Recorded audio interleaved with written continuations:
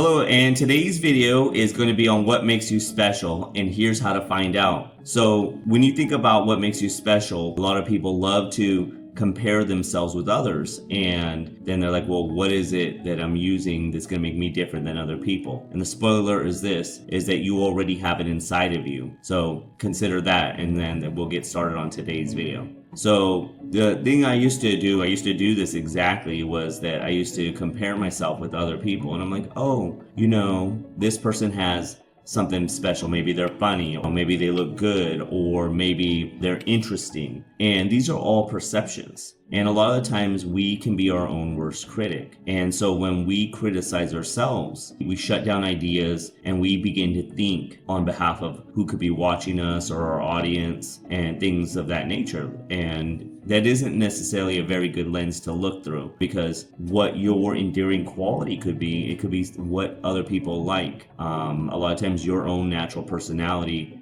shines. When you're trying to be something else that you're not, it has a forced look, it has a forced feel.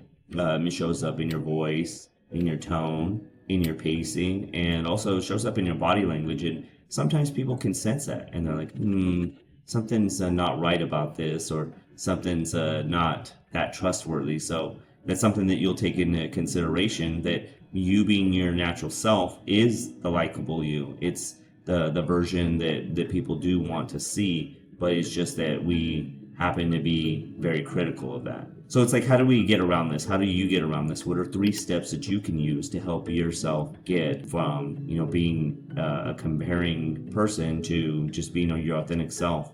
I'd say 1 is to pay attention to what excites you. What do you love talking about? What are things that allow you to lose track of time? The things that you find that are like really interesting to you. And the thing is there's almost an audience for everything. I was amazed one time that I had heard about this, let's call it a tour, where this person was offering just the most different type of workshop I had ever heard of. I think it had to do something with fairies. And this thing sold out like in minutes. And I'm like, I would have never imagined. I would have never imagined that. That's it. But that's the thing, is that you never know what people are interested or what they're not. But then guess what? These are the places where people will meet and travel and go to go see. So if you have an interest, even if it's strange or weird or niche, I assure you there's probably somebody out there, or multiple people out there, who are willing to learn more about it and to pay, and that they're interested in hearing more about it. So for that, and you being you, that's the only way you would really be able to know that and find that out. Step number 2 is to ask people who are trustworthy and that will let you know. Trustworthy people are good to have around, because they'll be honest. They'll let you know, hey, this is something that's interesting about you. This is something that I think other people would like about you. This is something that I enjoy about hearing from you,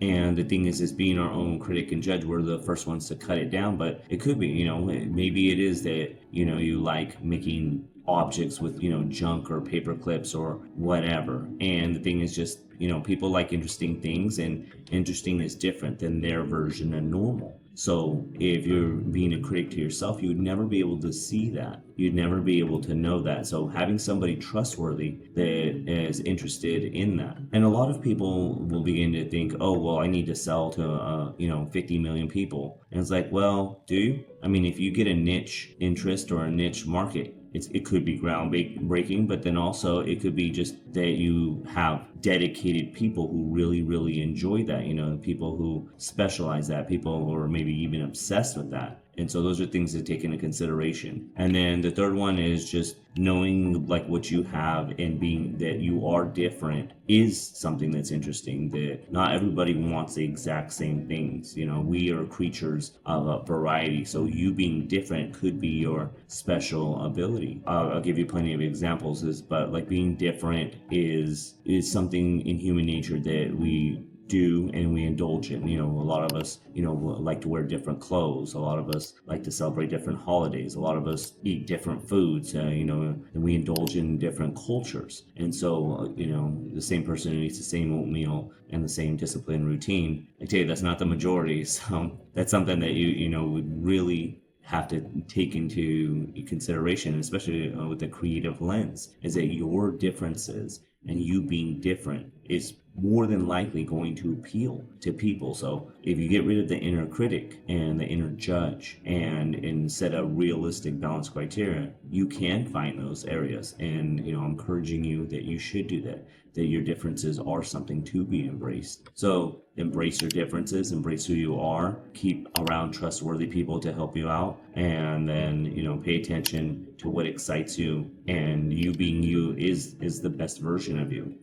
So yeah, in the comments below, put something that makes you different or something that you want to put out there, and that way you can come back to it and revisit it and see what how you can make your own life or your own image, your brand. So appreciate you. Go ahead and click subscribe and like, and I can't wait to read and see what you guys put down there, and I'll see you on the next video.